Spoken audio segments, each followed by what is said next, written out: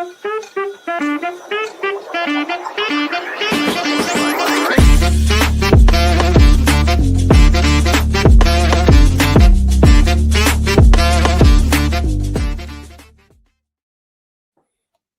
and welcome back to the Finish Line podcast. We are minus one member tonight. He's identifying as American, Thanksgiving and all that. He's watching the throw the ball, catch, do a little dance, throw the ball, catch, do a little dance. NFL for the night. He's definitely cooked himself a turkey for him and Poppy. I can see him. You can see him on the couch now with a big turkey leg, and Poppy running around with hers. And he has one of them hard hat helmets, the two cans on the side of it, the straws coming down. He's 100% wearing one of them. Yeah, and when that's gone, then he puts the MAGA hat on, feet up.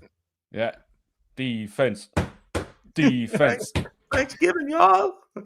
Sorry to any American viewers we might have. We don't have any. We're okay. I guarantee we do. I guarantee you know, look, the analytics, we probably do. Yeah. Right, we have. That's it. We have a lot to catch up on. We have all last week's racing to go back over. The John Durkin, and as Tom would call her. What else happened on Saturday? Come on, Tom. Oh, Jesus Christ, I teed it up. You hit it out the park. Oh, woodoo! There we go. Woodoo to get through. And we the Bedford Chase and Lassie Mount and so on. But before that, we'll go on any further. We have a bit of Pimlico news, but it's not horse racing news just yet. The Pimlico Princess has broke her duck this morning. Tom Rain, horse racing owner, greyhound owner, is now a greyhound winning owner. How does it feel, Thomas Rain? Yeah, it was good. I got a little kick out of that today, actually. I think she had about 6 races now. And she's shown lots of promise, but she can be quite slow away. And then she likes to barge over dogs. She should have won there 2 starts ago, and she was half a length up and decided to run into the side of another dog. So it's been a. I've enjoyed it anyway. I was going to say it's been a frustrating journey. It hasn't. For my co-owner Sean Sinnott, I think it's been a frustrating journey because he was under a bit of pressure to get us a half decent one, and I knew he wanted us to win. But no, she's been good. She's been enjoyable so far. We had a good night down in Waterford with her. A few of the lads there, and she finally went and won today. She broke well today, and she got to the first bend in front. Still managed to barge into another dog. But luckily she was on the inside, and it was kind of. I'll be honest. Once she was clear going into the first bend, I did think she'd win. So it's good fun. Right, for context, people, we have the video of Tom watching. Here's the reality. I'm going to play it now. Anyone's watching. She's in Trap 2, the Blue Jacket. Enjoy. Waterford 129, running 15-8 favourite for Rock Mount Rebel, 2-1-2 Pimlico Princess, and it's 4-1 bar those. Behind the boxes. And there Classy Dragon stumbled at the break. 2 Pimlico Princess paces up well with 4 Rock Mount Rebel into the first bend. There was a bump between them. 4 just shuffled back a further length behind the leader. 5 bringing off a hop a length back. 3rd length and after 1 Classy Dragon. Come on. Followed by 6 and 3 heading to the. Come on, Princess. Pimlico Princess. Go on, Princess. She leads round the far turn. 2 lengths to the good of 4 Rock Mount Rebel. They've gapped the rest. Go on, Princess. From 4 racing to line 4 switched inside 2. Aye. For context, that's Tom shouting home a dog. Could you just imagine what he's like when he's shouting home Zurich? I was going to say, if anybody knows me or has seen me or heard me at races, I get quite animated. So you got to enjoy these things. There's no point in doing them if you don't. So that was me at home on my own in front of my laptop today, shouting at the screen, cheering on the dog.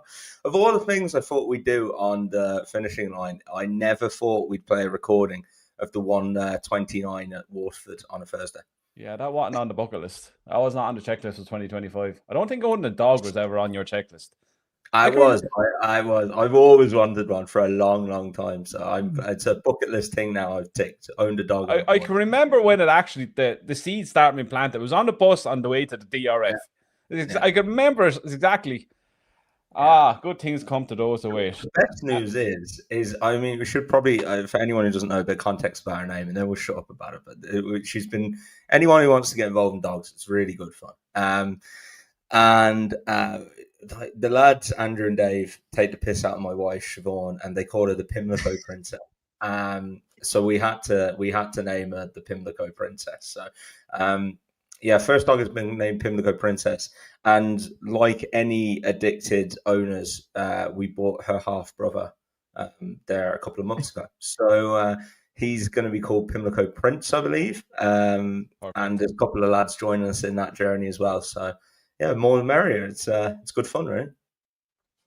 And speaking of Pimlico, I believe you've Pimlico horse racing news to share, Tom. Yeah, I just want to tease something. We're going to set it up properly and release it next week. But something we wanted to do for a while is get some. One of the things some people have come to me and said, I'd love to get involved, but just the €70 a month and the initial fee, it's a bit too much for me. We did some cheaper shares last year, but we've got some cheaper shares coming up. One of the horses is nearly sold out, and I've pulled up on selling him so we can get some of the shares out.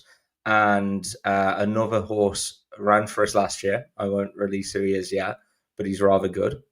He did win last year, and there are going to be some shares available in him as well.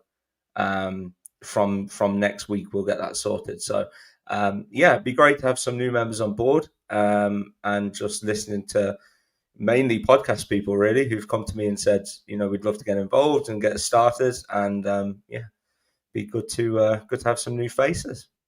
So the usual, I'll put Tom's details in the description when the video is done, and I'll put it up on Twitter as well when I'm posting this. So you can get involved in Pimlico, Cheltenham Festival winners, 2B, and so on and so forth. Hey, Zurich is going to win at Cheltenham. Will you just stop? Like, the thing is like 20. No, handicapper might be watching. Handicapper might be watching. It's still November. Can we please chill the Cheltenham chat? Handicapper might be watching. Time to be quiet. He'll be out next month now, and we'll see what happens. It's very pessimistic as always. Right, we are going to look back quickly on some of last week's race in John Durkan Betfair Chase. Lossie Zoom is champion hurdle bound, and Woodoo, she will forever now be known as. Right, there was kind of mixed review on the John Durkan. There was a lot of, as one of the best finishes / setup of races we've seen in a long, long time. And there were the other halves who were saying that it was just a pure now scam. 2 horses are only there to win, the rest from right back, blah, blah, blah, blah, blah. Tom Rain, what was your take on it all? I definitely wouldn't have the second opinion anyway. I think Fast or Slow was definitely trying. Heartwood was definitely trying. I'm not sure about the 5th. And I don't know about the rest of the Willie Mullins horses, but Gaelic Warrior went a right good gallop here. Sean is a man for the times sometimes. And I don't know what you made of it, Sean, on the clock, but I thought to the eye he went a right good gallop. Factified very well to get after him and get up with him, and I'd say he headed him at one stage.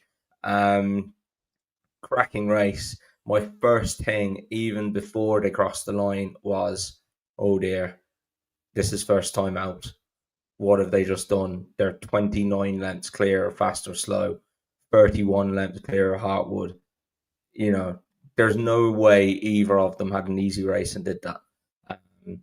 Which it's kind of, I find like that's the truth from what I believe. So I'm going to say it, but I find it hard saying it because we're there going, run horses more often, do more with them, and, get them out and get them racing. That's what they're there for. It's not all about Cheltenham, but you're there going, oh, Jesus, like these two are probably going to skip Christmas now. I'd say so.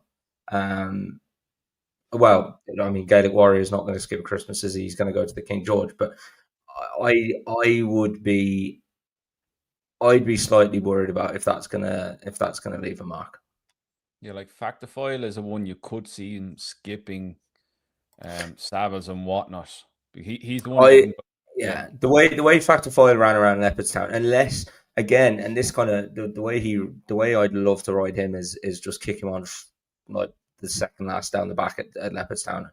He's got the race won by the bend because no horses can go with that cruising speed. It was very interesting to see Gaelic Warrior can obviously go that cruising speed, but it isn't a Leopardstown horse. But if you go and do that with Factifoil at Leopardstown over Christmas, surely then you're looking at, God, he's had 2 very hard races. So I don't know. Maybe they skip that and wait for the DRF and then go to Cheltenham. I don't know. It's hard. I think it's harder now than it would have been if, like last year, they all finished kind of an 8. Yeah, well, if you look at the kind of finish of it, it didn't. Well, obviously, Gaelic Warrior was racing a long, long way out.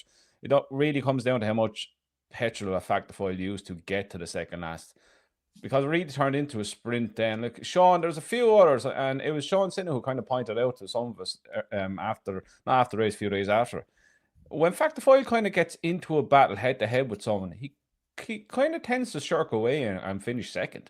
He pointed out some races through from his bumper days, the toys to what was it, A Dream to Share.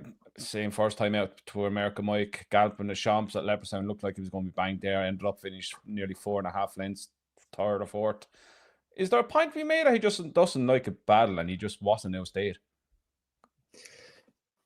I don't know. I had this argument. Sean brought this up to me himself. I didn't think he was stopping going up the hill anytime he won at Cheltenham. I get the point. I thought he fought in the champion bumper and just wasn't quick enough for A Dream to Share. And then last season, when he won this race, Spillane Tower came with every chance down the outside and he flicked his ears. So I don't know, but I can see where he's pointing at. If you could look at it that way and see that view. I was the same as Tom. I was very worried when these pulled up. I thought they might have left a lot there, but the time wasn't exceptionally fast, and they were quicker from the third last home than the 2-mile chase on the day.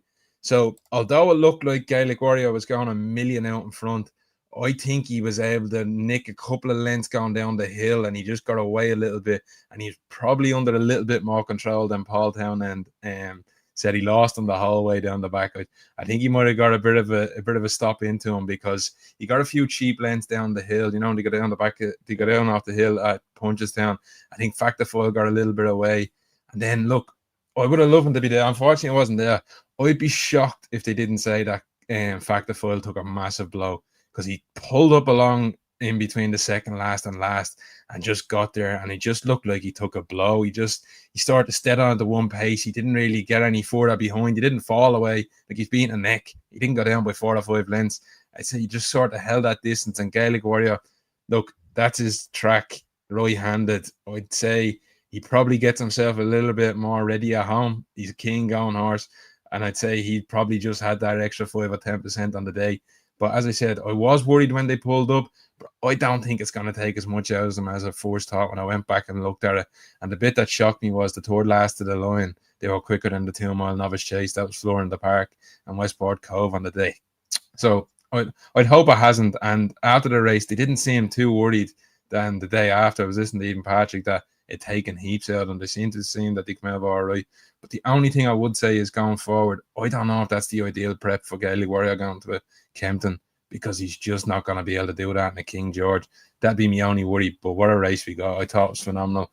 I rubbished the part of horses not trying. Hartwood had a prep run around Punchestown. He was definitely going there to win if he could. Fast or slow, he said he had him in from the middle of the summer, and he was forward enough as well. So I think you just got 2 horses that are really exceptional over 2.5 miles, and that's the bag, and they just didn't have the speed. The others didn't have the speed to lay up with them when they quickened up again. Yeah, look, it would be interesting to see how he goes going forward. But look, the thing with Gaelic Warrior is he doesn't have to go up in the front. We saw him up in 3 miles at Aintree. He can go off the pace. So look, yeah, that's it. I just hope that hasn't blown his brain, because you're a bit of a fruitcake. You don't know what's going to happen to him. It's just like him to run like that and keep running like that and running like yeah. that. Look, I think they stay well clear of Leopardstown from now on. He just doesn't run well there. Oh, yeah. But yeah, look, it'd be interesting to see what happens. King George shaping up to be quite a decent race this season. There's King George is really going to suit him, though, because you have to be on the pace, you have to travel, and it's right-handed. And I really think he's going to take a world of beating. Like, if you offer me Django Bay or him in a King George, there's only one horse to back. Yeah, like the thing is, either Ile Francais is going to make or break Gaelic Warrior, because you're either going to just be able to sit and tail him, or he's going to want to get into a battle with him the whole way. He's a broken horse.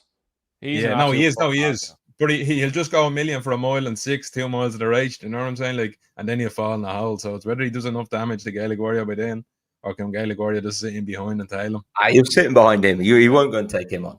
He was sitting behind him. I'd Like put if- some of the keenness down to freshness as well. So, but no, hopefully they kick on.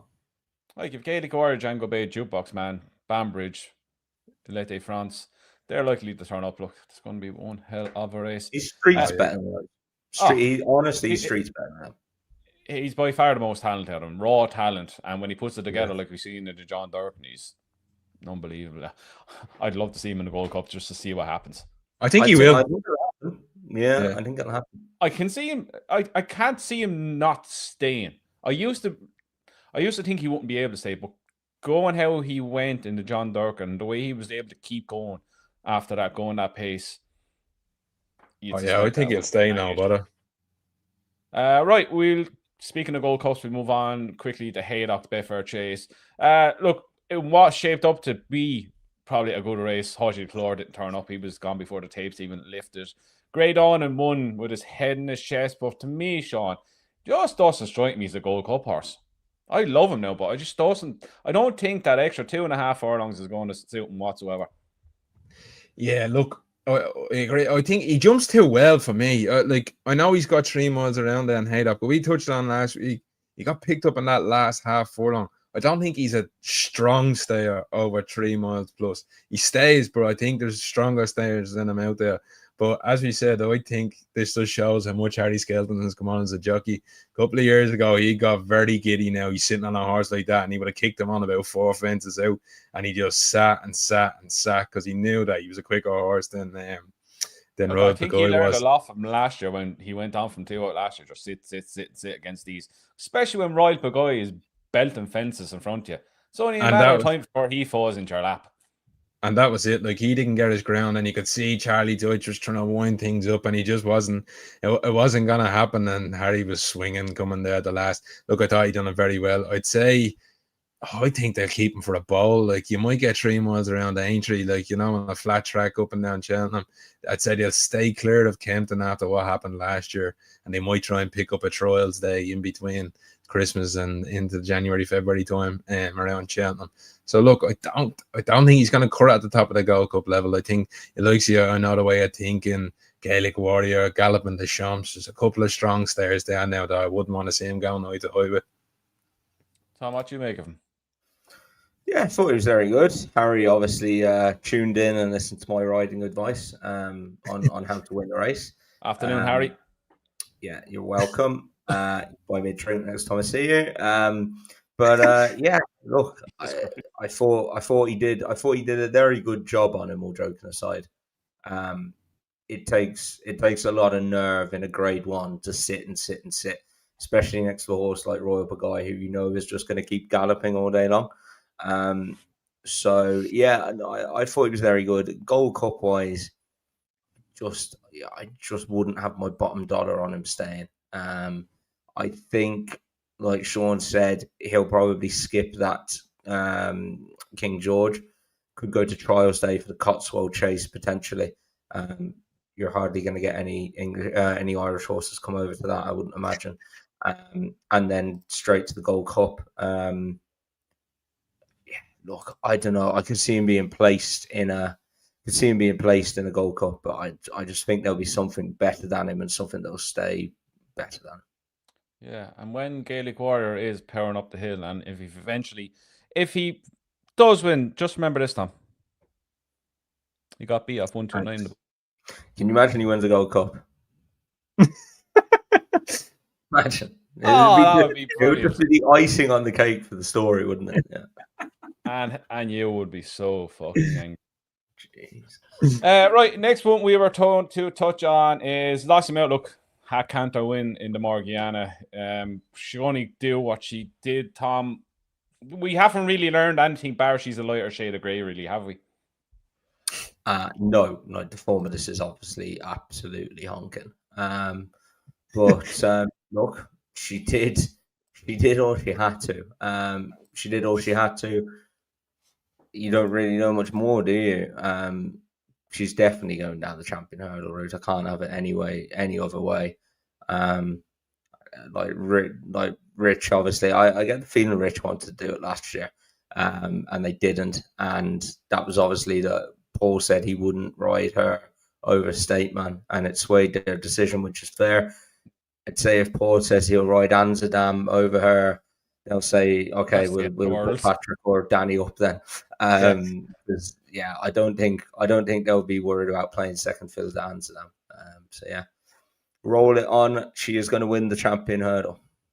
Sean, she going champion hurdle, or will they pivot once again with Willie Money's bingo? Sean's so happy he's frozen. Yeah, I was thinking there. He's like the Joker there sitting on the chair. Oh, well, Sean sorts himself out. Look, as Tom said, we didn't really learn that, and Tom took the words out of my mouth. I thought that Rich Ritchie did want to do it last year, and it just came down to Paul riding Stateman. If she turns up in that form, look, she's unbeaten. Oh, he's back. He's back, I think. Yeah, she's sorry, I unbeaten. don't know what happened. With horses like that, yes, her best trip is probably 2.5. But when horses are exceptional at a track, case in point, when you saw Bob Bollinger, they're just at a different level when they come to these places. Bob Bollinger never looked like he'd stay 3 miles in a bloody horse box, and he ended up winning the Stayers Hurdle. Course form just comes alive there. I think the same with Lossiemouth. I don't think the trip will be an issue at Cheltenham. And look, she's the one to beat, really, isn't she?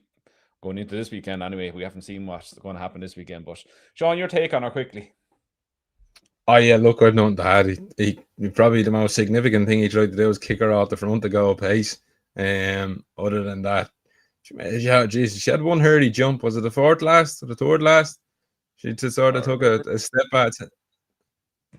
Yeah, there was a bit of a mixed signals there. Other than that, there's nothing more I could have learned.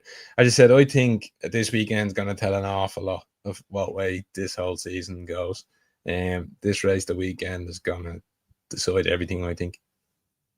Will indeed. Last one before we get on to the races. Tom looks sure. Well, I say looks surely Mayor's hurdle bound, but Gordo just loves putting a little spanners in work and decided to invent Gordo Bingo. He hasn't ruled out the Stayers Hurdle. He hasn't ruled out the Champion Hurdle. I'd say he can rule out the Champion Hurdle. But I say a lot may depend on how T Hoopu goes the weekend, where she may end up. Yeah. I look, I can't see her going anywhere. That's 3 yeses in a row. That means no. And she's going to the Mayor's now. Shut up. Yeah, Gordon, she's going for the Mayor's, mate. Stop, please.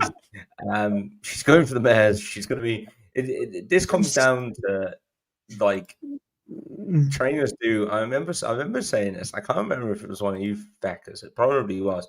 But like trainers will look at betting markets when they're deciding these things. And if she's odds on for Mares, they ain't going for anything else. They're going for that. So she's going to the Mares. She's currently 2-1 for the Mares, and if you take Lossie out of it, she's going to be what, even money? What price is she? 3-1. I know I have Paddy Power in front of me. She's 2-1 with Paddy Power. What day do they move to Mares to now? Thursday, is it? Yeah. Thursday. So she's not. She's 2-1 and 9-4. So she's already currently favourite, and that factors Lossiemouth in at 9-4. It's then bigger Jade de Grugy and Cargis. Like you take Lossie out of that, she's even money, best price. So she's going for the Mares. We'll turn up and enjoy it. How much you want to have on? Not that much, because she'll be. Sorry, my podcast thing that I was listening to just played there. She'll be a very short one. The Therapy Crouch, Peter Crouch's podcast. Very good podcast recommendation. There you go. You're getting greyhounds, podcast recommendations, everything tonight, lads. She'll be at a very short price, but I just think she'll win. We might do a little statement dance on the day and go up with a bit of cash and come back with a bit of cash. Sean, what do you make of where's she going? Yeah, look, I'd say the only reason he says that just in case Lossiemouth comes back to the Mares, and I'd say if he did, he'd probably just fucking roll the dice and run him on the big races, wouldn't he? Like, I love her. I think she's dynamite. Now, I can't quite figure out whether Danny Gilligan had balls of steel or the race just worked out the way it did the weekend. He sort of got himself in a position where you're looking and saying, "Oh, is she a bit further back?" Yeah, He's it's like, swinging off. go forward, please. Yeah, it was a little bit like I hadn't got $1 on her now, and I was saying to myself, I'm like, "Oh, how is she going? I don't know." She's fell a couple of lengths off them, and Dino and Potter's Charmers up in the front. He swung for home. I thought she still had an awful lot to do, and he gave her a bump in the saddle. But Jesus, our hurdling is dynamite. Over the last, she nearly gained speed going over the last rather than losing anything, and she went away. Now she was getting a lot of allowances, but I just think that ride, I'd like to think he did mean it, and it was balls of steel. I'll give him the credit for it, and I think he gave her a pearl out. He didn't bottom her out. He didn't throw the kitchen sink. He sort of just let her down. See frozen for you as well. Sean's gone again. Yeah. That fucking double. Imagine Wi-Fi in Wexford, in the countryside in Wexford, is better than Dublin. Big Apple. Yeah, you got Mr. Elon Musk to thank for that, but yeah, Sean's frozen again. But just in connection with what Sean is saying there, and I know we'll move on to the rest of the race, but the quote says Danny Gilligan said Woodoo was a little bit rusty, but when he gave her a squeeze, she was straight on it. I'm gone. You're nearly back. Oh, he looks shocked. He said it's hard to know what's there because she only ever does what she has to do, which is a fair assessment. So, yeah, I think she'll come on plenty for that. As do I. Right. Sean will be back in a second. He'd sort it out. Right, we're going to move on to the race, and we have where's my schedule? We have 2 in Newbury, sorry, 1 in Newcastle and 3 at Fairyhouse on Sunday. We're going to start with Newbury tomorrow, 150. Carl John Frankham Novices Chase, Grade 2 over 2 miles, 4 furlongs. Wendigo is 9-4, Regent Stroll 5-2, Kingston's Pride is 9-2, no question that's 9-2. Crest of Fortune 12-1, and Gordo is sending over King of Kingsfield. Tom, decent enough race. Where and what are you thinking? Yeah, good race. This looking forward to watching it. Probably won't be having a bet, which is probably a bad place to start. But I quite fancy Wendigo. I like him. I think he's a decent horse. He was second in the Grade 1 at Newbury last year, the Challow. And that was behind the New Lion. We know what he went on to do. He ended up finished 5th in the Albert Bartlett. And then he's gone and been second to Wade Out, beaten ahead at Worcester on his first start. We obviously saw what Wade Out went to do at Cheltenham then next time. So I think the form is there. Like, it's fairly, like, you can say it's fairly solid near Grade 1. Well, it is Grade 1 novice hurdle form. So there's no reason to think that he can't go on and be very, very good over fences. And he's had a run. Regent Stroll obviously cost a lot of money when they bought him out of the Charles Giles, Chris Giles dispersal. He was good. I think he's just one of these horses. He's like the other horse that they bought. I can't remember his name now, that won at Cheltenham last year. He won the novice handicap. Caldwell Potter. Caldwell Potter, yeah, Caldwell Potter. Like when these horses cost so much, they're just expected to win. And you get a bit of stick when they don't win. So he was good. He ended up second in the Grade 1. Like, you know, there's people who pay a hell of a lot of money for that. So he could improve now going chasing. He's always looked like a chaser. Is this maybe going to catch him out first time against others that have had a bit of experience? That was my concern. And then you got Kingston Pride, and no questions asked. I felt they maybe needed to step up a little bit on their hurdles form at least to get competitive with Wendigo and Regent Stroll. And for the sheer fact that Jamie Snowden seems to have been in incredible form for the last six months now at least, I'm going to go with Wendigo. Sean, you on the Wendigo team, or are you looking elsewhere? Yeah, no, look, I agree with most of what Tom said. I probably won't back him now myself. To be honest, I hope he gets beaten. He goes down the national hunt chase route. That's the way I'm looking at it. 2.5 miles is going to be the minimum of trips I see him running over. Maybe if something just has a bit more speed than him here. You seen last year in the Cello, look, he ran his heart out, but he just wasn't quick enough for them. And he ran very well the last day. He sort of got in a little bit of battle with Wade out. I suspect he come on a lot for it. He didn't come out of it great. I know he picked up a niggle after it. Snowden was saying so. That's just something to be wary of. I don't know if he missed much time or not. But Regent Stroll, a bit of a headbanger, and I don't know about Fresh. He done something wild here last year in the maiden hurdle where he just charged off, and he nearly got picked up. He did. He looked like he was on fumes. He made a bad mistake. It was either the second last or the third last. So I'm just a bit cold on him. And Kingston's Pride, I'd say if there's a horse out of the outsiders that's going to step up, it's probably going to be him. But I'm half hoping Wendigo might just finish second, beating the length. Yeah, look, I'm the same with you, Wendigo. I think this is minimum trip for him. Look, form is there to see. It's working out. I just think he needs to step up and trip. Regent Stroll will probably be the best horse in time out of a lot of them. But look, if you listen to Paul Nichols' comments, I think it was today or yesterday, why are people so obsessed with getting horses to win first time out? So to me, that says this fella might be left. There might be a bit left to work with this fella after the run. And he learned his lesson after Caliph de Bourlay. Yeah. A chase debut as well is another thing. It's a hard race to make a chase debut win. Process eliminations that leave me into Kingston's Pride. Look, Henderson taught a lot of this fella over hurdles. He's had a few breaks here and there. He's kind of ground dependent. I was looking at the weather. I think there's a bit of rain due at Newbury for tomorrow, so that gets into the ground. He becomes very, very interesting in prize. 9-2, 5-1. He was very good in his chase here, but yes, admittedly, he was only ended up being a 2-horse race after Tripoli Flyer, unseated rider. But I love the way he picked up and really hit the line really strong. He's race fitness behind him as well. I think this will be his optimal trip. I think he just might have a bit too much speed for Wendigo. So if it turns into kind of a pace race, I think he'll get the better of that. Regent Stroll is probably one to watch going forward. But yeah, Kingston Pride, I think he's a fair price. I think he's the value bet in there when you consider what the trip wise for Wendigo and what might be here for Regent Stroll. So yeah, Kingston Pride will be for me in the first race we cover at Newbury. We're going on to the car long distance hurdle, 3 o'clock.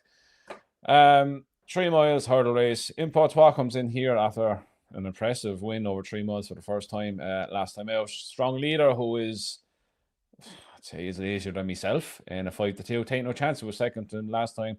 Hewick makes the trip over. Paddy Hanlon gets the leg back over him. He's unbeaten on him, actually. Daddy the Great, and this high senior, they ruined him. He's back over hurdles. And both talks. Sean, go back to you. What are you making of this? Importois to me was really impressive on the comeback this year. For me, I think he'd be very hard to beat.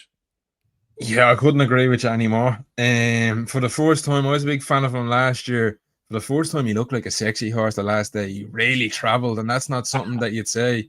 He's done it often. Like Nico the Stonehands was on the dicky trying to look for space, getting this lad out arrangedly. He literally sat hard on the steel, as we say, and waited until he punched the gap. And the JP money was down, so I wouldn't have wanted to be in his position if he didn't get the gap. But it looks like the JP money is being down as well, because Gordon Elliott's horse, Honest Policy, was a strong favourite in this race, and Importois has been backed in about 4 or 5-1. There's been a bit of money around him. He's 13-8 now, I see. Strong leader. I think last day was the time to catch him.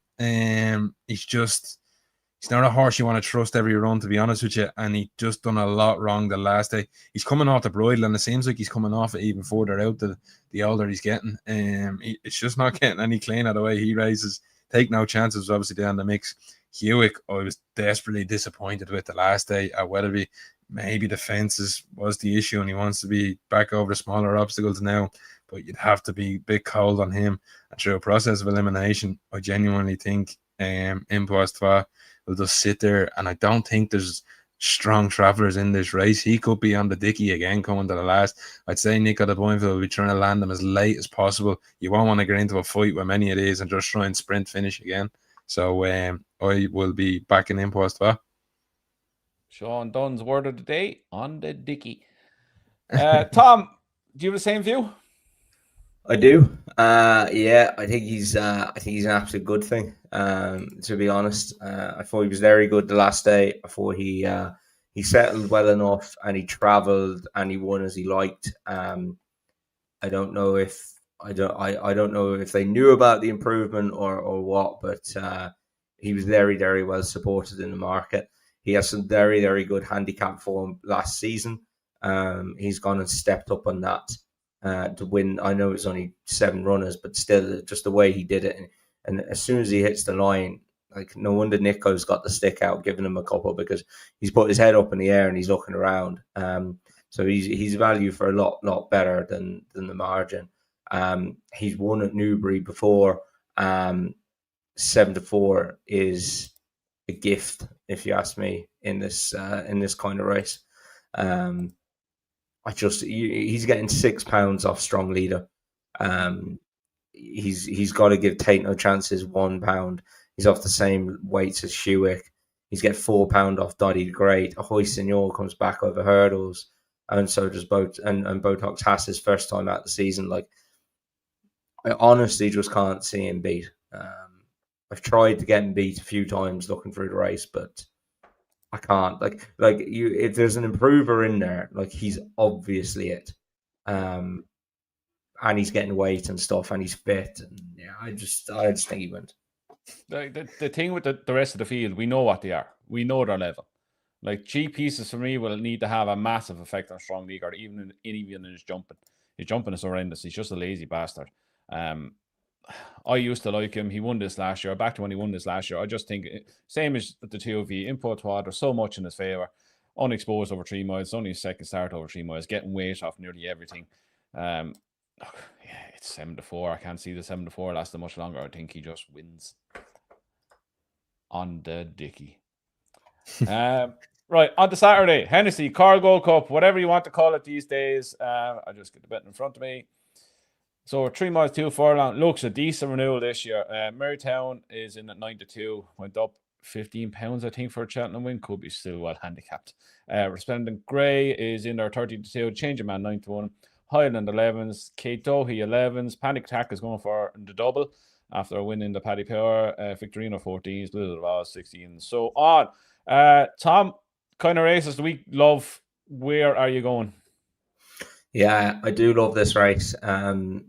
I've taken a few out of this based on the statistics. Like, you're looking for a 7 or 8 year old with not a crazy amount of weight, basically. You can take some out based on that, and the ones I landed on are Katara Dory. Thought that ran very well. Where am I going? Sorry. Yeah, ran very well before last season, basically the whole season, until it got to Cheltenham. I'd ignore that run. I just would put it down to just not showing up. It was too bad to be true. It was only 7-1 that day. It was very well supported. It ran in that imposed handicap hurdle. It's had a pipe opener there. It's now £2 below the Cheltenham run.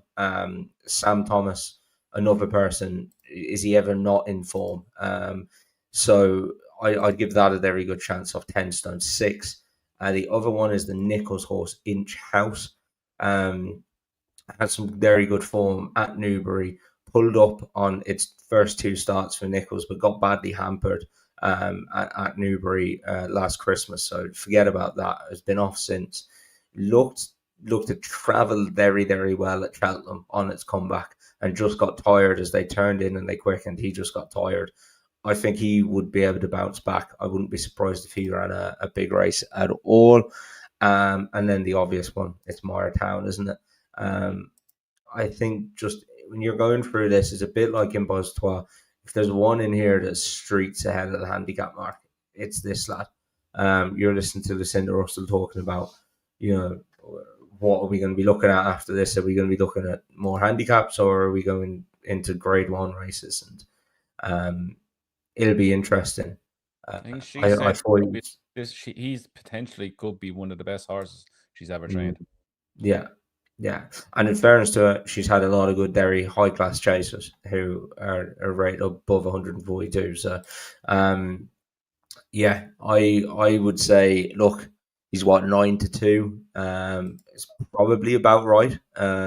You're kind of taking a punt on can he go and do it off 142, but by God, he had no problem on doing it off 127. You know he's going to stay. My only concern was, has he got to lead? He's led in like most of his races. Has he got to lead, and is he going to get taken on? That was the only question mark for me. But I'd take the three of those: Catatadori, Inch House, and Moiretown against Field. Sean, over to you. Where are you looking?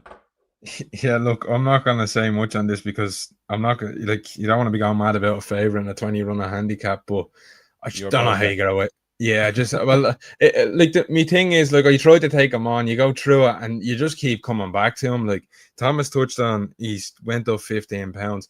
You could have given him another £20 at Cheltenham, and I'd say he would have won. Like, he absolutely, the money that, what was he? I think he was 33 to 1 or something the night before. Ridiculous price. The money that came from was outrageous. Like, on a Cheltenham Festival day to be moving like that takes a shit ton of money, and he didn't stop. Like, it was still going on the off. But he just goes out in front. I don't actually see a front runner that's going to take him on, Tom. I think there's horses that want to be handy, but I don't know if anyone wants to actually go and take the race by the nuts. And this lad, actually worried about Inch House after last day. I thought he was fairly pretty keen going in front, but I don't know. That was just an option. I didn't like. Yeah. You don't know. I definitely see that. Look, it's a 20 runner handicap. They'll all go down the first, but I think when the crunch time actually comes, I don't know. I'd say one or two will want to be handy, but not actually lead. And he jumps for joy, lads. The lengths he makes at his fences, like, and Newbury. If you ever want to save petrol and jump around the place, it's that place. And I think, to be honest with you, coming at the cross fence, you'll know whether you're on the winner or not. I think he could either have the race won by then or you're in trouble. If he's not tanking going down to that, I'd be a little bit worried. But I go around the field and the one that was looking at me was Blizzard of Osbury. He has a mighty weight now. He used to carry a big weight going around there for Willie. He was in early, obviously. He had the prep run at Wexford, and he goes there. But I just tried to get away from that favourite, and I can't. Like, he's racing off 10 stone 11. He's a nice lightweight on his back. Oh, I just think he'll take a lot of beating. If he jumps the way he did at Cheltenham, there'll be no stopping him. Yeah, look, I'm the same with Moiretown. I don't think the £15 hike will be any issue to him whatsoever. I've gone through this race today, and I've looked at how the races have been run, and out of 7 of the last 9 runs, all the winners have been in the first 3. I've been up with the pace or leading. So it's a race where it really pays to be on the pace, like Can Do Cave, Cloudy Glen, Clock Cap, the Rasher Counter, Size and Tendency, Native River, Smart Place, all on the pace. You'll have the 1 or 2 now that will come from the clouds. Who was it? The horse Dave loves. Anyway, but he looks everything like a high class chaser in the making. Again, you said it there, Sean. 10 stone 11. It's a lovely racing weight. Yeah. I find it very hard to see him out of the top 3 anyway. Look, you've talked enough about him. So the other 2 I have is Willie's other one, Spanish Harlem. He won at Listowel in September. He beat 3 Cart Bag and he beat French Dynamite. The 2 of them are after coming out and winning big handicaps. Since French Dynamite came out and won the Munster National, and 3 Cart Bag won at the October meeting at the Cheltenham Festival. So that run has been franked. He ran really well in the Bet 365 chase at Sandown at the end of the season. He's only beaten 6 3/4 lengths by Splendid Grey, whereas his stamina seemed to just eke out. He backed it up and he won a novice chase at Punchestown in the summertime. So I think there's a bit of wiggle room in his mark there. I know he's carrying 11 stone 10. I think there's a bit of room in this. The one that really interested me at a bigger price is Lawler's Bar for Philip Hobbs. He's a horse who goes on the front end. He's a really, really good jumper. He's 2 from 5 over fences. He should realistically be 3 from 5. He was beating Jinko Blue in Windsor last season. Jinko Blue was odds on that day, and he jumped him into submission. He just made an absolute howler at the second last, but he nearly still got back up and won. 3 lengths behind Jaguar Bangor as well. That's decent enough form. You can forgive him his run at Kempton. I think he was just feeling the effects of his exertions at Windsor before that. He'll be on the pace as well. He's, as Tom alluded to, he's a 7-year-old. He's unexposed over fences, 11-3. He might be a tad bit high in the weights, but he's a horse that if he gets into rhythm on the front end around here, he'll be able to go to pace with him. He'll stay really well. I think 25-1 is a ridiculous price. I think he's a smashing each way bet. But when it all comes down to it, I think Mertown will be the likeliest winner, and I see Spanish Harmon Lawler's bar being very, very close in around the places. Right, we are going to move on to 2 o'clock on Saturday, where Sean Dunn will be glued to his television, hoping and praying that Conman himself will rise from the dead and resurrect his hopes that he's not gone at the game. I should have fucking recorded that and played it. I'm gone at the game. Sean, so you're the only man to start with. How confident are you that Conman is going to come back? Absolutely fucking zero. But people say they have. Jesus Christ Almighty! Thomas nearly had to choking on the strings there. But people say they have the honeysuckle moments and all this shit. If he wins on Newcastle, the roof will be coming off my house. Shit in the sentence next I'm just saying. Don't you fucking dare! I'm Don't just you saying. dare! That's going to be my moment on Saturday if he wins. The roof will come off my house because I think he's gone. I can hold absolutely no faith in him. But Dave is just luring me in this week and he's just talking all about Harry Hill. Nicky has him back. You. I know he is, but I'm starting to believe again. He's reunited the spark inside me. Look, Sean, no, I admire the fella. I go down with him. I will go out. I won't have a penny on him, but I'll go down on the sword with him. Look, in terms of the race, I think Nico will go out and make it. I think you go and make the running on him. He's either going to be back or he's not back. Do you not think he's going to take it? He's not going to go. Oh, Jesus, he's not going to go out and make it on him, surely. No, I don't think he's going to go a million mile an hour, but I think he'll go out and make it because he can get tactical about it. Amzadam wants a pace to aim at. The new line, you don't know if he's quick. That's my biggest question mark. Is he a 2-miler? I don't know. I really don't know. I question it big time. Amzadam. Just call it crash. Just think with that. Do you not think he's just he doesn't have a slow pace? He's a proper 2-miler. He could be. If they do that, is he not going to say he's going to have a target on his back, something for the other two to aim at? I think if he goes out in front and he dictates, if Constitution Hill is back, the turn of foot he can show, nothing will catch him in that race. I can promise you that. If he's able to stack them up and sprint over them last three, I don't even think Amzadam will get to him. If he is back, but it's just a big question of if he's back. I think it's suit because Paul mightn't get the pace that he wants to aim at. If the new line is struggling over 2 miles, you're going to catch him out that way. And I just think if he makes it out the front, he gets jumping. I don't know. I think that's the way he has to do. I don't think Nico's going to be riding him cold or to come or a run. I think he's going to be out in front and saying, "Listen, if I'm the best, I'm going to win this. Come and get me." And Tom is biting his tongue. He's so biting his tongue. I'd say Nico's will be riding to get over the fucking hurdles. never mind stacking them up or anything. He's going to be going, right, come on, buddy.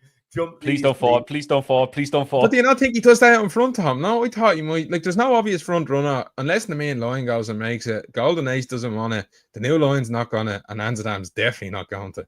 So I thought I left with no other choice but going on with him. Well, look, some of the factor in, if he does go out in front, he's 4 others to come over the top of him there, and if he does fall, so if he kept him out wide and a bit back off the pace, he'd be grand. I honestly think I can't see that happening at all. I can see them going wide. I can see them giving him a good sight of his hurdles and just getting them relaxed and taking a lead. I know he's not keen. Getting him into a rhythm is probably a better way of putting it. I just think he's one thing. I don't even think they're going to care too much what's under the bonnet down the straight. Just get him into a rhythm, get him jumping well, and get him to run a race. I mean, how can that not be step one? He's fallen the last twice, and he's finished 5th then at Punchestown and ran no race, which I'll forgive any horse that. And do you know what the bad thing about that is as well? He nearly refused the Punchestown. Yeah, he nearly refused to jump off. Yeah, I really do just think it's get him into a rhythm. And like even before that though, like we were on to you, Sean, and we were having that back and forth about how he looked like he was about to fall in his couple of races before that. So it's not like this has just gone on for his last 3 races. This has been like, 4 or 5 races now that he's looked like he's lost his confidence is how Ruby put it. And I think that's the only thing you can put it down to. Like he's just guessing at hurdles. He's not taking control and saying, right, I'm going to go in and pop this. Like, what have you read? Oh, Jesus. More chance of Ginger Joe and Dave becoming friends than Constitution Hill winning on Saturday. I'd say that's it's more than a 7-4 shot anyway. Look, I hope he's back. For racing's sake, I hope he's back. But I just think you've got to get him into a rhythm. He looked like he went through the paces good at Newbury in his racecourse gallop. We all know Nicky loves a racecourse gallop, and we all know they've gone wrong for Con Hill at the past. So it was good to see one go right. Sean, you don't think he's back? It's not. It's when I look at it. With the heart says one thing, and the head says, "Look at everything. How could he be back?" And the heart wants him to be back. Like, like I don't care what anyone tells me. How you could be back in this fella on Saturday is beyond me, and that's coming from his biggest fan. You could not have a single penny on him. You just have to enjoy it for what the sport is and the horse is. But for me, it's the race I'm most looking forward to the weekend, and I can guarantee you, I will not be having a bet. Exactly, because I couldn't back any of the 3 of them. Like we're spending a lot of time here on Conman, maybe because he's a con man. Or champion hurdles. You then look at you look at the new Lion. Like all of those runs have been over further than 2 miles. He's having his first run over 2 miles over hurdles in an open grade 1 against a horse that there's a lot of hype about in Amzadam and Constitution Hill, who would look like one of the best champion hurdlers we'd ever seen when he won.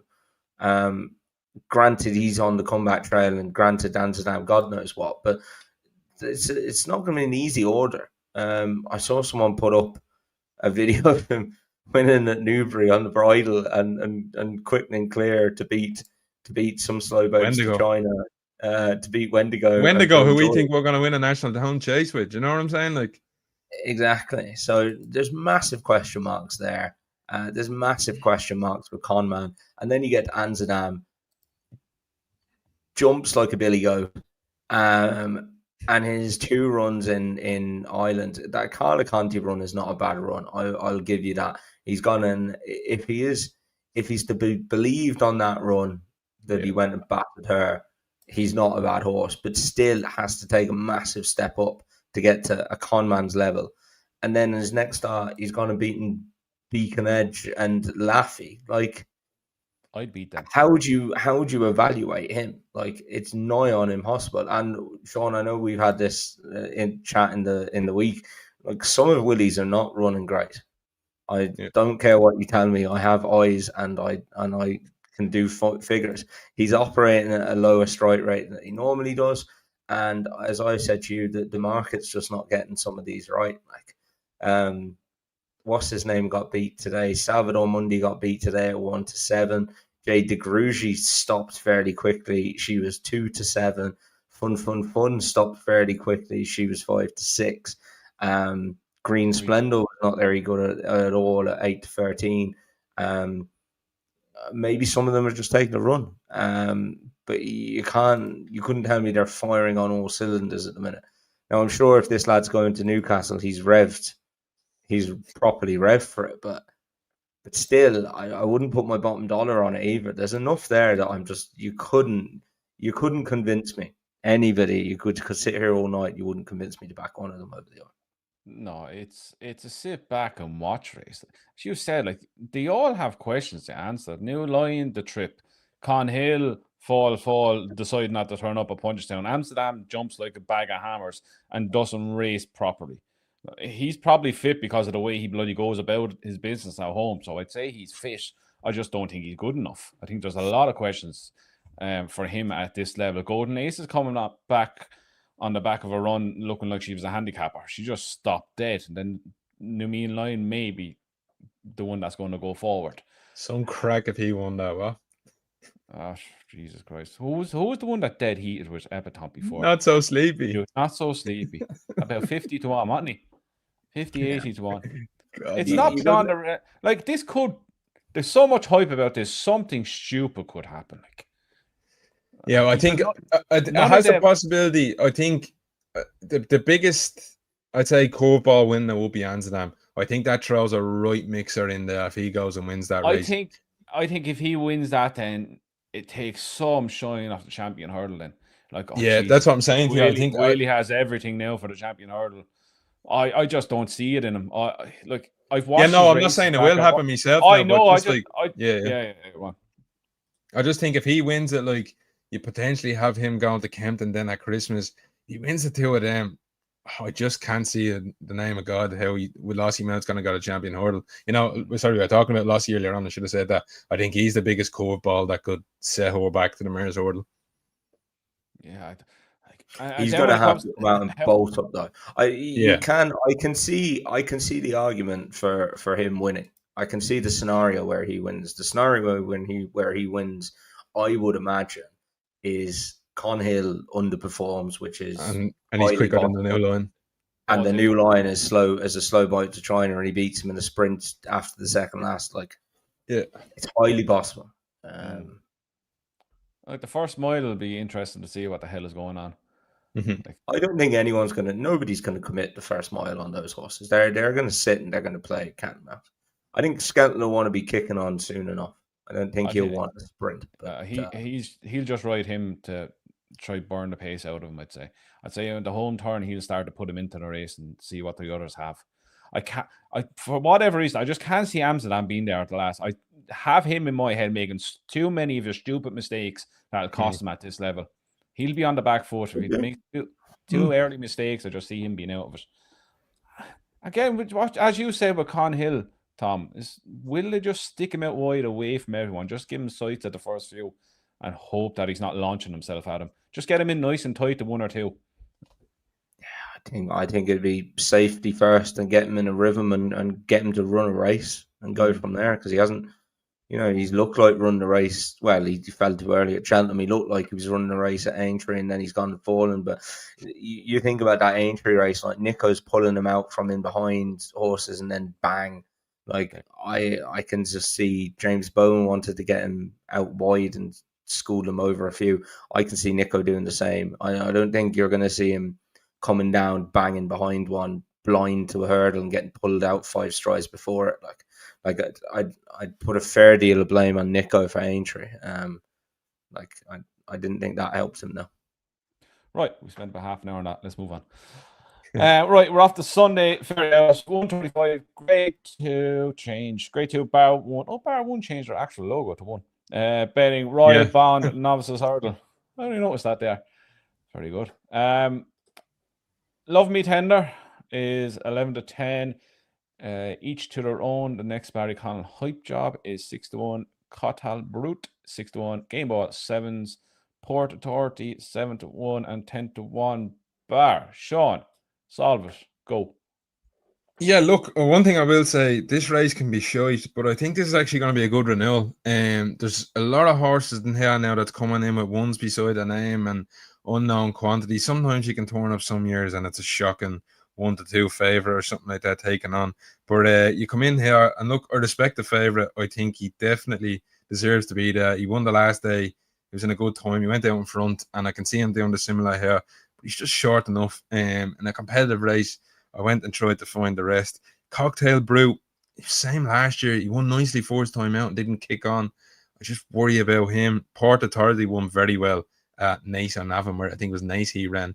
He'd be a big danger. But the one I kept coming back to, and you just gave him a bit of stick there, was Barry Connell's horse, Each to Their Own. I just think that bumper form that he ran in last year, I think is going to stand for a lot. I know Spinning Your Yarn, who he's beaten by the last day, absolutely blew out on his next run, but he wasn't. That couldn't have been his run. He's beaten 60, 70 lengths. I think if you get him back in one piece, second run then came behind Kaiser Ball. The form of that I really, really rate now. I think Kaiser Ball's a good horse. He was giving him £7, I think, that day as well. He came second to him. and he came out at Galway in a maiden hurdle, and I just think he's a good 2 mile horse. He's a proper 2 mile horse. He jumped everything bar the second last. He made an absolute hames of it, but he came right back on the bridle and he went over the last and won on the hands and heels to go away by 3 lengths. I think I know you have to take that jump, it's going to have to improve, but everywhere else he pinged everything like a proper 2 miler. I think he was a bit keen in his bumper, and obstacle has settled him down. He's going to get a good pace here out the favourite. I think he might be able to just track and use that turn of foot that he has. I think he's all speed, and he's 8 to 1 into 6 to 1. He was 8 to 1 in the place. I'd be happy to take the 6 to 1 each way still. Tom.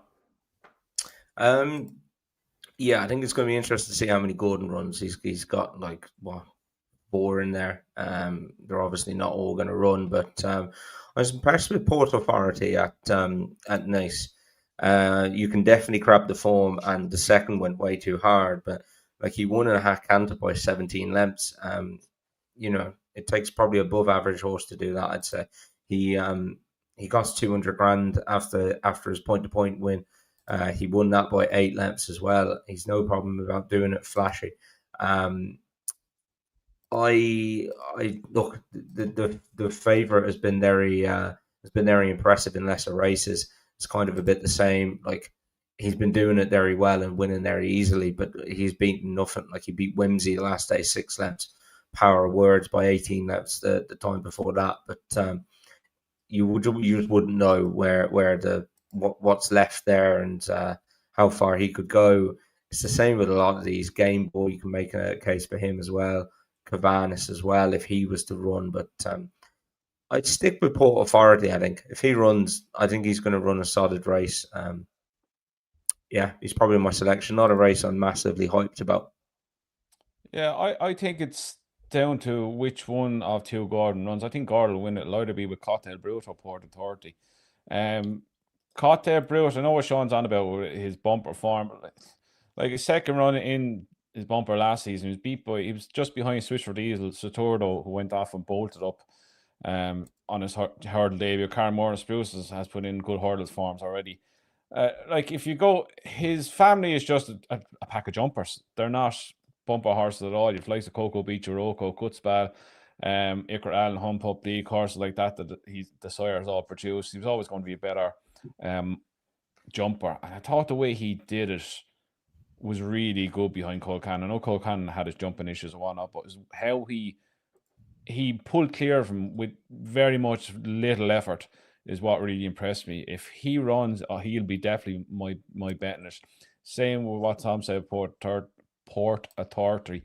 You're not a mug of a horse if you're pulling away and winning like that. The horse in second show go form before. Yes, he went off like a scalded cat, but he was the only one able to keep tabs on him and go with him, and he pulled away with his head in his chest. I think it's whichever one Gordon of those 2 run, I think will win. Just to point out, 4-year-olds don't have a very good record in this race. The last one to win was Mengley Khan in 2017. Like his form as well. You're beating, fucking Whimsy. Jesus Christ, everything beats that thing. He loves finishing second. He's had to finish second many times, 8, and he's had been beaten since again. And then he's winning in Kilbeggan in the middle of the summer. Like, no thanks. He's been winning well in fairness to him, but there's enough to go against him at 10 to 11. The price is mighty short. Price is terrible. I wouldn't lay him, but I'll back some. Yeah. Right, now we are on to the Drimmore 205. Romeo Coolio is 13-8 on. Gold Dancer 5-1. Old Man Dingle is coming a bit of a cult favourite. Is at 6-1. Slay Steel still a maiden over Fences is making his comeback at 6-1. You ought to know who was beaten by Old Man Dingle last time. 20s, Captain Cody's Scottish national winner, Pied Piper, and so on. Tom, looks more or less Romeo Coolio to lose, isn't it? Yeah. Oh. But what happened last year? Make the case for him, Tom.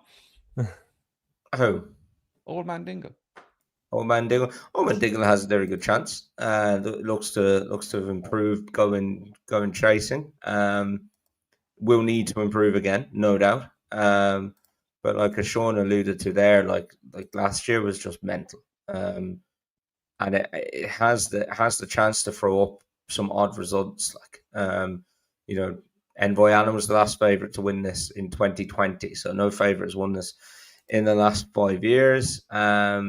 It looks, last year, going back to that, Firefox looked a certainty. He was even money, and he went and got beat.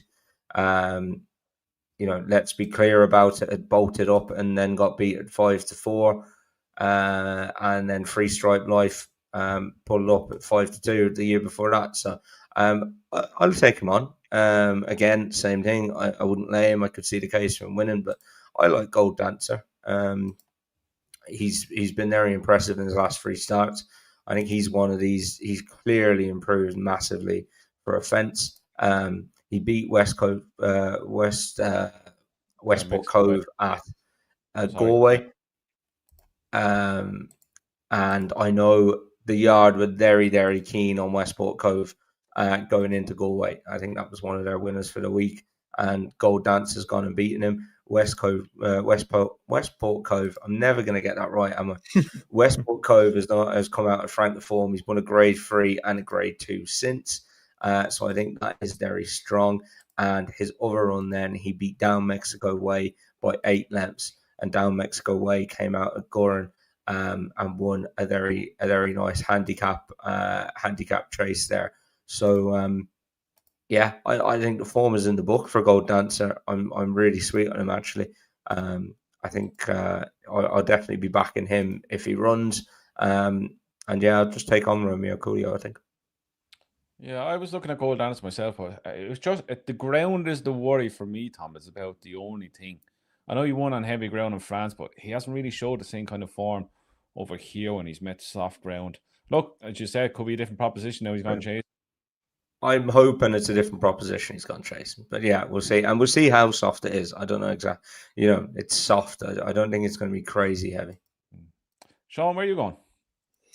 Yeah, look, I'm the same as Tom. Like Romeo Coolio, you just don't see how he's going to lose it. But in the back of your mind, you go to the Royal Bond last year and you say, how the fuck did he lose that? So that's the only thing niggling in the back of my head.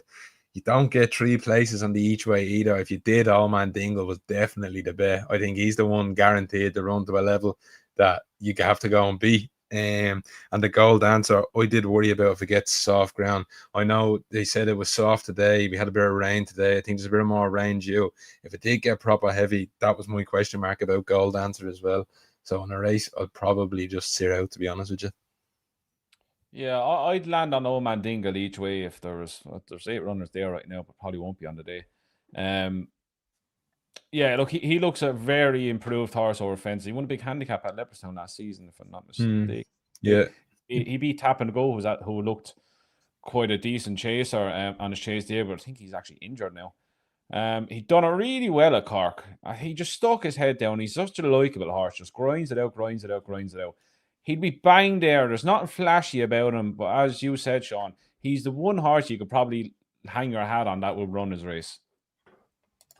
Right, last one we're going to talk about is the Hatton's Grace Hurdle. The return of the Lawnmower. Tihupo is in at even money. Ballyburn, aka the Lawnmower, is 6-4. Mystical Power 8-1. Maximum is 16s. Cashel Lad is 20s. And Glenkillen is 40s. Tom, more or less a clash of the top 2. Are you siding with it, or are you looking elsewhere at something wild? No, I'll get involved with the top 2.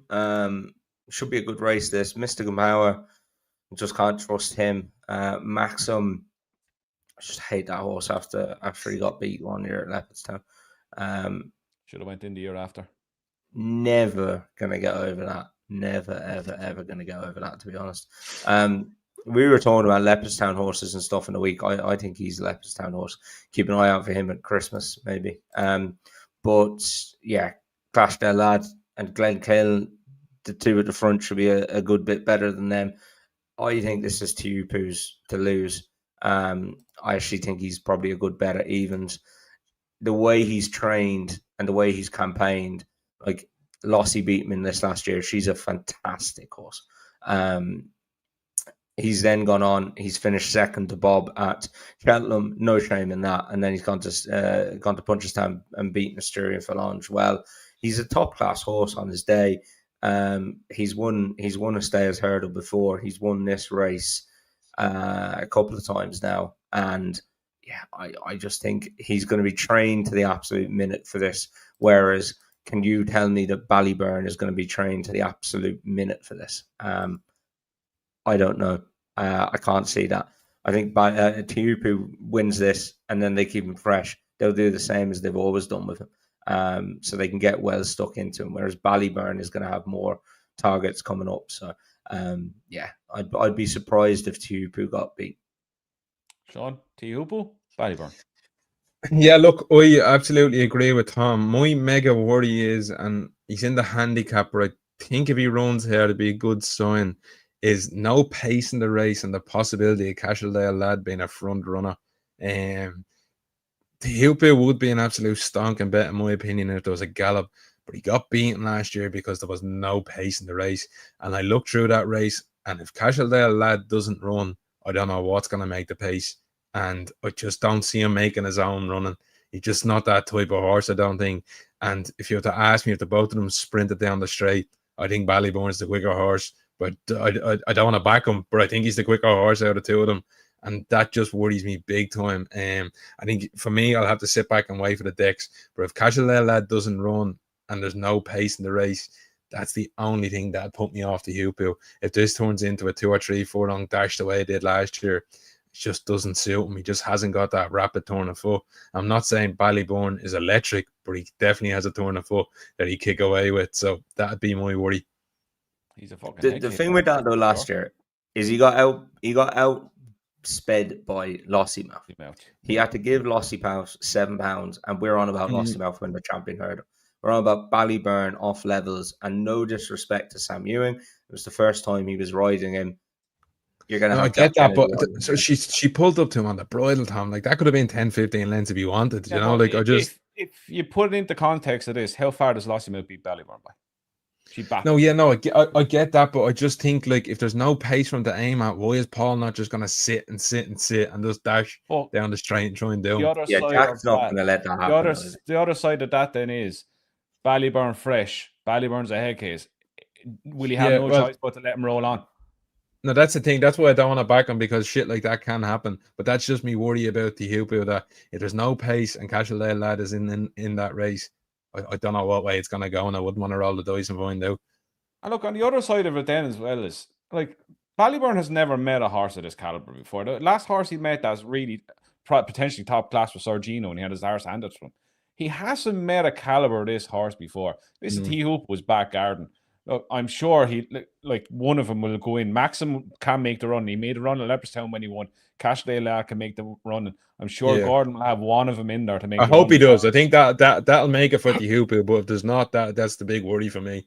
And look, and if he's even money with a guaranteed pacemaker in that, Jesus Christ, he's going to absolutely wallop that. Like I know you love him, Sean, but like, how good is Ballyburn? How is he actually? No one knows. No, you couldn't back him. You definitely couldn't back him. No, realistically, if you go back and look, there's a lot of ones next to the name, but what the hell is he beating? Yeah, the only thing that you'd hang on is Jimmy Desai. And this is his first race out of novice company. This first race he's ever had an open company. And it's going to be a shock to the system from I think Hupo just wins easy. I think he's, as Tom said, he's a great bet at even money. You get worse even money best than him now over the weekend. Right, that's us done. We're getting naps and next best before we go. Sean, you're going the handicap route. I presume you're putting them up. Yeah, he's going to be me nap. But going next best first is Impost Trois at Newbury tomorrow. I think he's a great bet. And the one that I've been barking on in the group chat to use about all week is the nap is going to come on Sunday. I'm going down to Fairyhouse. Hopefully I'm leaving with a few quid on this lad now. You're backing him on the wrong day, though. You're backing him on the wrong day. In the 311, attaboy Charlie, I've taken a punt. He's 12-1. He's still 10-1 with Unibet now. So if anyone's backing him, get on there, because I just had a quick look and he's 13-2 with Paddy Power. So get the 10-1 if you want it now. But attaboy Charlie, look, I think he's lined up for a big run here. He's a horse that won at Christmas 2 years ago. He absolutely hosed up. He was smashed up from 25-1 into 17-2, and he won really well. He went to the Liffey and took an absolute mother and father of a fall at the DRF. And I think there's a bit of a confidence. They got him back. They brought him to Fairyhouse in a graded race. He popped around out the back, and he just wanted to get a good experience back into him. And then the key run for me was Punchestown at the back end of 2024. He ran against Eagles Fang, and he gave him 11 pounds that day. And Eagles Fang just about held on by half a length. He went on to reach a mark of 141 over hurdles, and that boy Charlie the weekend is running off 127, I believe. We had over fences last season, and I was waiting for the day. He was stuck to the floor in 3 beginner chases, waiting for the handicap route again, and unfortunately he got injured. But he made his comeback at Galway there a couple of weeks ago in a 2 mile 6 handicap. He drifted on the day. He was held up out the back. And I'd say the lads absolutely shit themselves when this fella came through at the second last. He cut through the field and was a mega eye catcher. He made a mistake at the last that cost him, but also saved him for another day, because I think without that mistake, he would have went really, really close. He's had the prep run. He comes in here off a mark of 127, and I think he will be punted off the boards. I'd say this lad will go off 5-1 or shorter, I think. And I just think there's a big, big bet. And look, he went off 11-2 on a Liffey handicap hurdle at the DRF. He's only 4 pounds higher. I just think it's all lined up to have a cracking run. It's a 60 grand pot. I don't see why he won't be trying for his life. And I expect him to run a big, big race. So boy Charlie each way. He's 10-1 there, I see. So he'll be my nap of the weekend. Yeah, I really like him. I've had my eye on him for a while now, especially at that Galway run. His runs at Fairyhouse worry me. He was beaten out of sight at Fairyhouse. I know you can argue for whatnot. Yeah, my only, I get that point, and if someone is asking me that question, the only thing I would say was he was stuck to the floor in the maiden hurdle for the handicap the next day, and he was stuck to the floor in the beginner chase because he wasn't going to win. So you do have that race that was in the grade 2 where he was out the back, but I think that might have been a confidence builder and they'd pay a reward for it. But you can also look at it the other way. But I'd say the maiden hurdle and beginner chase you can absolutely forget about, because he had no interest in winning them days because there was handicaps down the line. I really think Christmas is his time. Back to Leopardstown. His former Leopardstown, I think, is head and shoulders above anywhere else. But look, I'm going to be mean. I hope he loses because I want him to go to Leopardstown. I hope he should out the back of the hell. He gets dropped a pound or two, and we just certainly don't. roll in for a bit of Christmas though. Right, Tom, where are you going? I'm staying away from Dundalk. That one was Tom. You're upsetting the fans. Shocking ride the last day, but wasn't great all the same. Impost would be my nap. I think 7-4 is a good bet. I think that'll be a lot shorter. I am going to see if Gold Dancer runs. I'm going to have a little bet on him. I am going to take the free against the field in the Hennessy. I'm going to back Martown, Inch House, and Katata Dory. And I am also going to back Tiupu. I'm going to have a little double on. I've backed Impost Trois. I'm going to have a little double on Impost Trois and Tiupu. Tom has taken my nap. Tiupu, Impost Trois double. I'll have a little each way bets on the three I mentioned for the Hennessy. I'm not going to get too heavily involved. There's a few races where I think you just sit back and watch this weekend and enjoy. But my town, Lauders Bar and Spanish Harlem each way. Small bit on them in the Hennessy. Right, that is us done and dusted for another week. We're back next week. I can't remember what's on next week. Somebody help me. What's on next week? Tingle Creek. Be wrong. We will be back for that. We will be reviewing everything. Until then, enjoy your weekend. If you're in America, happy Thanksgiving and all that jazz. But yeah, we'll see you next Thursday for another weekend preview.